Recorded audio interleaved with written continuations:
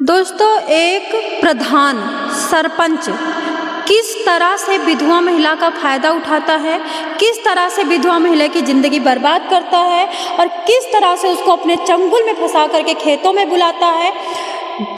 गन्ना के खेत में, ईख के खेत में, अरहर के खेत में किस तरह से उस महिला को नंगी लिटाता है और फिर किस तरह से वो बदनाम हो जाती है और उसके बाद उसकी मृत्यु किस तरह से वो सलाखों के पीछे पहुंच जाती है। मैं सोनी क्राइम न्यूज स्टोरी से आप सबका स्वागत करती हूं। आपको बताना चाहूँगी, जो मैं आपको आज स्टोरी सुनाने वाली हूँ ये कानपुर के पटकापुर थाने की है। एक महिला होती है जो कि उसका नाम होता है रूबी सिंह। रूबी का क्या सिस्टम होता है, पति बहुत जल्दी मर जाते हैं। जो सास होती है सात्विक होती है, धार्मिक होती है, प्रभु की पूजा में रत रहती है, मंदिर में मस्जिद में जाती है और दिन रात भगवान की घंटी बजाती है। लेकिन रूबी जवान होती है, सुंदर होती है, तो सास कहीं ना कहीं डरती है कि कहीं ऐसा ना हो कि मेरे घर की बदनामी हो जाए, मेरे चौखट की बदनामी हो जाए। और ये महिला अगर गलत निकल गई, अगर ये महिला कैरेक्टरलेस हो गई तो घर में जो बच्चे हैं दो, इनकी देखभाल कौन करेगा? इन बच्चों के ऊपर इस महिला का असर पड़ेगा। मेरा बेटा मर चुका है, मेरा पति मर चुका है, अब मेरे घर को कौन संभालेगा? इस वजह से सास क्या करती है, अपनी बहू यानी रूबी 27 से 28 साल की रूबी के ऊपर घाघ यानी कौवा की तरह नजर रखती है। लेकिन मैं आप लोगों को एक बात बता देती हूँ, समुद्र का वेग रोक सकते हो, तूफान का वेग रोक सकते हो, आप पत्थर पड़ना के वेग रोक सकते हो, आग की ज्वालामुखी रोक सकते हो, लेकिन एक जवान औरत की जवानी आप नहीं रोक सकते हो। कुछ औरतें बचपन से सिर्फ कैरेक्टरलेस होती हैं तो मरते दम तक कैरेक्टरलेस होती हैं, लेकिन जब वो बुढ़ी हो जाती है तो शरीर से रोगी हो जाती है, लेकिन मन उनका लाएं लाएं करता है नए लौंडों के लिए, नए पुरुषों के लिए। सेम रूबी देवी ऐसे ही होती हैं। थोड़ी सी शास्त्रों को लेकर चलती हूँ, मेरे हर चीज़ में शास्त्र होते हैं। सती अनुसुईया ने कहा है कि अगर नई उम्र में, जवानी में विधवा होती हो तो पिछले जन्म में आपने पति को किसी न किसी तरह से मारा था, पीटा था, सताया था, भूखा रखा था, इस वजह से आप विधवा हो। अगर पति विधवा हो जाता है, उसकी पत्नी मर जाती है, तो वो पति कुकर्मी होता है, तभी उसका पार्टनर आधा अंग मर जाता है। जब कोई औरत लंगड़ी होती है तो इसका समझ लो कि आपने अपने पति को धोखा दिया है, तो आधा अंग आपका जो पति है वो लंगड़ा हो गया है। चलो हम बात करते हैं दोस्तों रूबी देवी के बारे में। रूबी देवी की जो पड़ोसन होती है वो पूनम होती है। पूनम आती है और बोलती है कि यार रूबी, क्या तुम दुखी बैठी रहती हो, दुखी रहती हो, घर पे आती नहीं हो, फोन उठाती नहीं हो, चक्कर क्या है? तो रूबी कहती है यार पेंशन, मेरी विधवा पेंशन पास नहीं हो रही है, पति का सारा डॉक्यूमेंट तैयार कर दिया है। तो पूनम कहती है रूबी, गांव का जो सरपंच है आप उसके पास चले जाओ, अगर 2 दिन में तुम्हारी जो ये पेंशन ना पास हो जाए तो मेरा नाम काट देना। इतना सुनते ही रूबी उठाती है, सारा डॉक्यूमेंट्स उठाती है और सरपंच के पास चली जाती है। सरपंच के नौकर से मिलती है। नौकर कहता है सरपंच खेतों में गए हैं। ये खेतों में चली जाती है। इसका मन था कि जल्दी से हमें विधवा पेंशन मिल जाएगी तो हमारे बच्चों की फीस उस भरनी है तो हमें दिक्कत नहीं होगी और घर का खर्चा भी अच्छी तरह से चलेगा। सरपंच खेतों में बैठा होता है, दारू पी रहा होता है। सरपंच कहता है कि बताइए मैडम जी किस लिए आई हो? और सरपंच ललाती नज़र से, ललचाई नज़र से, एकदम बिल्कुल जैसे गिरगिट नहीं होता है, जैसे बगुला की तरह रूबी को देखता है और रूबी के ऊपर फिदा हो जाता है, क्योंकि रूबी इतनी सुंदर थी।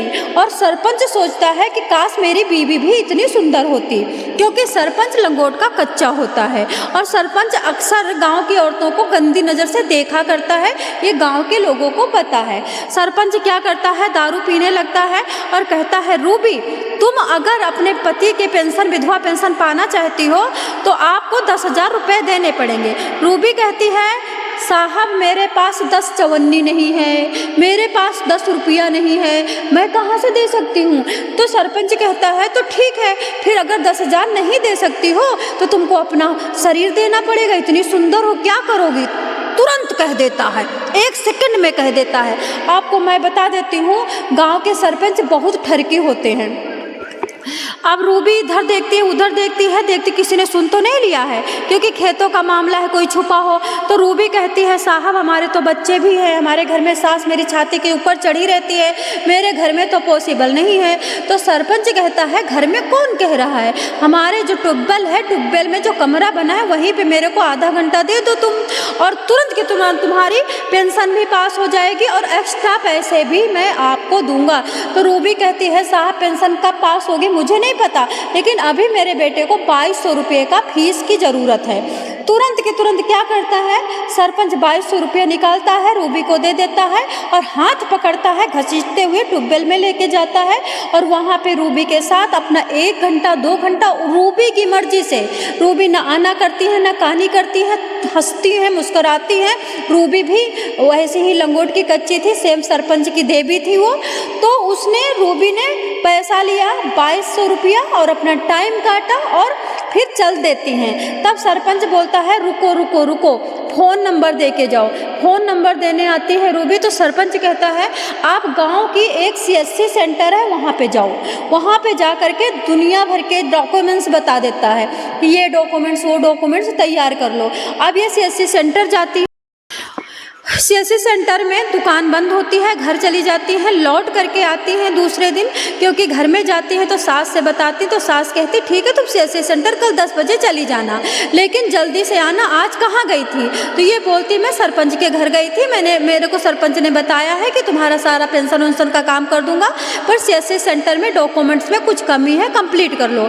अब ये CSC सेंटर जाती हैं तो वहाँ भी CSC सेंटर में सरपंच का भाई मिलता है, नाम रिंकू सिंह होता है। अब रिंकू सिंह भी नंबर 1 का ठरकी आदमी होता है, 45 साल की उम्र होती है, गोरा चिट्टा गबरू जवान लगता है। और रिंकू जब देखता है नीचे से ऊपर तक रूबी को तो एकदम पागल हो जाता है। अब रिंकू कहता है कि मैडम जी आप मेरे को 2000 तुरंत दीजिए, मैं आपके डॉक्यूमेंट सही कर दूं। तो ये रूबी कहती है कि मेरे पास 2000 क्या, मेरे पास 2 रुपया नहीं है। तो रिंकू कहता है 2200 रुपया लेकर के सरपंच से आई हो, क्या बात कर रही हो। अब रूबी को टेंशन होती है कि रिंकू को क्यों बता दिया सरपंच ने, लेकिन रिंकू को नहीं पता था कि रिंकू के साथ कितना गंदा होने वाला है। रिंकू को जरा सा अंदाजा नहीं था, ना रूबी को अंदाजा था कि इनके जीवन में तूफान आने वाला है। दोस्तों रिंकू कहता है ठीक है जब तुम्हारे पास पैसे नहीं है तो तुमको भी जो सरपंच के साथ तुमने टाइम स्पेंड किया है, तुमने जो टाइम 2 घंटे ट्यूबवेल के कमरे के अंदर खेतों में काटा है, मेरे को भी चाहिए। तो फिर ये रूबी रोने लगती है कि देखो ऐसा मत करो, मेरे को पेंशन वेंशन नहीं चाहिए। तब रिंकू हंसने लगता है, मजाक करने लगता है, कहता आप टेंशन मत करो, अब हमको सारी बात सरपंच ने बता दिया, अब तुम कहीं नहीं जा सकती हो, पेंशन लो चाहे ना लो, हमको तो हमारा तो दिल तुम पे आ गया है।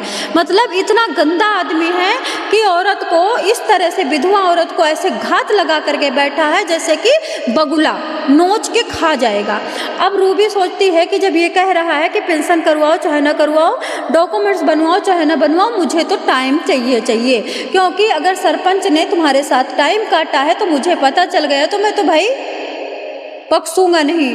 अब रूबी डर जाती है, मोटरसाइकिल पे बैठती है, तुरंत के तुरंत वो उसको लेके कहीं दूर चला जाता है और दूर पे जंगल में, खेतों में, कुआं के पास ये आराम से टाइम खूब अच्छी तरह से स्पेंड करते हैं। जो धोखा ये सास को देती है, जो पति को पहले दे रही थी, पति तो मर गया है, लेकिन अब सास को और अपने बच्चों को खूब ढंग से धोखा दे रही है। कौन? रूबी जी। अब रूबी जी खूब टाइम काटती हैं और उसके बाद अपना पेंशन का काम करती हैं और उसके बाद ये चली आती हैं। अब जब इच्छा करता है किसका? सरपंच का, सरपंच बुला लेता है, इनकी पेंशन बंध जाती है। जब इच्छा करता है रिंकू बुला लेता है। अब रिंकू का एक दोस्त है, शराबी है, नंबर 1 का, वो भी नंबर 1 का जुगाड़ू आदमी है, वो भी रूबी का नंबर ले लेता है, रिंकू से रूबी को परेशान करता है। अब ये बहुत बुरी फंस चुकी थी चंगुल में। मैं बता देती हूँ 500 की भी पेंशन के लिए प्रधान गांव का सरपंच गिरा हुआ नीचता का कर्म करता है। अक्सर हर गांव में ऐसा ही होता है। दोस्तों कानपुर का ये सरपंच इतना गिरा हुआ है कि खुद के खुद महिला की ज़िंदगी बर्बाद करता है और महिला का नंबर लेकर के महिला का दूसरे बंदों से बात करवाता है। इस तरह से दोस्तों फिर क्या होता है, एक दिन गन्ना के खेत में रूबी देवी सरपंच के साथ टाइम काट रही होती है, लेकिन जो सास होती है, सास की एक सहेली होती है, पूजा पाठ में बड़ी मगन होती हैं। उन्होंने खेत में एक दिन घास लेने जा गई हैं तो देखा है कि गन्ने के खेत से सरपंच और रूबी निकल रही होती हैं। ये बात देख करके एकदम शॉक्ड हो जाती है सास की सहेली। सास की सहेली आओ देखती है ना ताओ देखती, सारा काम छोड़ करके घर आती है और सास से बताती है, यानी रूबी के सास से बताती है कि तुम्हारी बहू कहाँ है। तो सास कहती है कि हमारी बहू तो कुछ काम से गई है, डॉक्यूमेंट्स कुछ बनवाने गई है, पता नहीं क्यों फ़ोन आया है तो वो गांव में चली गई है दुकान पे। तो सास को बताती है उसकी सहेली कि तुम्हारी जो बहू है वो तो भैया बहुत गंदा काम कर रही है, मेरा नाम नहीं आना चाहिए, नहीं तो मेरे को तो कहीं का नहीं छोड़ेगा। सरपंच तो बहुत घटिया आदमी है, सरपंच के साथ गन्ना के खेत से निकल रही थी। इतना सुनते ही जान निकल जाती है सासू माता की। सासू माता कहती है अच्छा। अब सासू माता आते ही रूबी के पीछे पड़ जाती है। गांव की औरतें बहुत गालीबाज होती हैं, गांव की औरतों की तरह कौको से कुत्तों की लड़ाई शुरू हो जाती है। रूबी कसम खाती है कि सासू जी मुझसे लड़ो मत, हमारे आगे पीछे कोई नहीं है, सिर्फ तुम हो और मेरे बच्चे हैं, अब मैं कहीं नहीं जाऊंगी। लेकिन इस तरह से सास भी खुश हो जाती है कि चलो रूबी से कोई गलती हुई होगी या फिर कोई गलतफहमी मेरी सहेली से होगी, लेकिन रूबी तो एक सेकंड में शांत हो गई है। अब लेकिन रूबी तो थी नंबर 1 की लंगोट की कच्ची। रूबी को तो रसगुल्ला मुंह में लग गया था, रूबी का पति मर चुका था, रूबी की डिमांड थी बॉडी की, वो डिमांड कौन पूरी करता। अब रूबी घर का काम करती है, खेतों का काम भी करती है, लेकिन बिल्कुल ताकत से स्टिक हो जाती है, लेकिन दुखी बहुत होती है, दुखी रहती है। वही सरपंच को याद करती है, हमेशा सरपंच को याद करती है। तो रूबी एक दिन दुखी बैठी थी तो रूबी के ही पड़ोस की सहेली आती है पूनम, जिसने सरपंच के पास भेजा था। पूनम कहती है रूबी दुखी क्यों हो, आज कपड़े धो रही हो, जैसे लगता रो रही हो। तो वो अपने कमरे में लेके जाती है पूनम को और सारी बात बताती है कि मेरा पति मर गया, सास मेरी छाती पे चढ़ी है, सास ना आने देती है ना जाने देती, अगर मैं बाहर जाती हूँ तो थोड़ा सा बात करती हूँ तो मेरा दिल बहल जाता है, लेकिन मेरी सास पूरी तरह से घाघ बन के मेरी छाती पे चढ़ी रहती हैं। अब पूनम कहती है कि देखो विधवा तो मैं भी हूँ, मैं तो कहीं नहीं जाती किसी सरपंच के पास, तुमको क्या गर्ज पड़ी है जाने की। तो वो पूनम कहती है कि तुमने कभी देखा कि मेरे घर के जो डस्टबिन है उसमें कितनी मूली पड़ी रहती है। तो रूबी कहती है हाँ मूली तो बहुत पड़ी रहती है। तो पूनम कहती है तुम अब आज के बाद से किसी के पास नहीं जाओगी और जैसे मैं कहूँगी मोटी मोटी लंबी लंबी मूली खरीद के रखोगी, और उसी को तुम जैसे अमेरिका में विदेश में बहुत सारी औरतें इन सब चीज़ों का यूज करती हैं, आप भी यूज करोगी। इतना सुनते ही पूनम हंस के चली जाती है, रूबी भी खुश हो जाती है। अब रूबी बाहर निकलती है और अपनी सास से कहती सासू जी आप एक काम करिए, आप बाज़ार से बढ़िया से मोटी मोटी मूली ले आइए, आज मैं मूली का पराठा बनाऊंगी। लेकिन सासू का नहीं पता था कि मूली ये हमारे घर की घातनी बन जाएगी। मूली ना थी वो कुलघातनी थी, कुलघातनी। अब ये क्या करती, मूली लाती है, जैसे ही मूली लाती तैसे रूबी क्या करती, मूली उठाती और बाथरूम में चली जाती। लेकिन सास भी नंबर 1 की मान के चलो ऐसे पिछलग्गू थी कि घूर घूर के देखती रहती थी कि रूबी करती क्या है। ऐसी सास को इग्नोर करना चाहिए, हर चीज़ का नहीं पीछे पड़ना चाहिए। लेकिन वो सास नहीं थी, पूरी तरह से घाघ थी। सास ने देखा कि आधा घंटा हो गए हैं, अभी मूली लेके चली गई है और अंदर से निकल नहीं रही है। टेंशन में पड़ गई सास। और सास भी खेली खाई औरत थी, अपना 60 साल उम्र थी, उसे भी दुनिया पता है, मोबाइल का ज़माना है, आप लोगों को भी पता है कि आजकल के हर औरत के पास मोबाइल है और हर औरत सब कुछ देखती है। सास जाती है किमाड़ से झांकती है बाथरूम में तो सास शॉक्ड हो जाती है। रूबी क्या करती है, सारा कपड़ा उतार करके और वहाँ पे नग्न हो करके मूली से टाइम कट रही थी, अपना गंध फैला रही थी, बदबू फैला रही थी। मान के चलो कि अमेरिका बना करके बाथरूम को पूरा अमेरिका बना दिया था। जैसे अमेरिकन में बहुत सारी लड़कियाँ कुत्ते का इस्तेमाल करती है, बैंगन का इस्तेमाल करती है, मूली का इस्तेमाल करती है, सेम रूबी यही कर रही थी। अब सास दरवाज़ा खोल देती है, रूबी को बहुत शर्म आती है, बहुत शर्म आती है। रूबी बाहर निकल के लड़ने लगती है, पूरा गांव में आवाज़ जाने लगती है, तब तक गांव के लोग आ जाते हैं, बोलते भाई सास में और बहू में पहली बार लड़ाई सुन रहा हूँ, अचंभा होती है। तो सास चीख चीख करके ये बात बताने लगती है। जबकि आपको मैं बार बार कहती हूँ, अपने घर की बात कभी किसी को नहीं बताना चाहिए, क्योंकि नुकसान अपना ही होता है। अब सास जब चीखने लगती है तो रूबी को बहुत शर्म आती है। रूबी को ये लगा, एक सेकंड के अंदर अंदर रूबी ने सोचा अगर कुआं होता तो मैं कुआं में गिर जाती, और अगर मेरे पास तलवार होती तो मैं सरकलम कर लेती। अब करूं तो क्या करूं।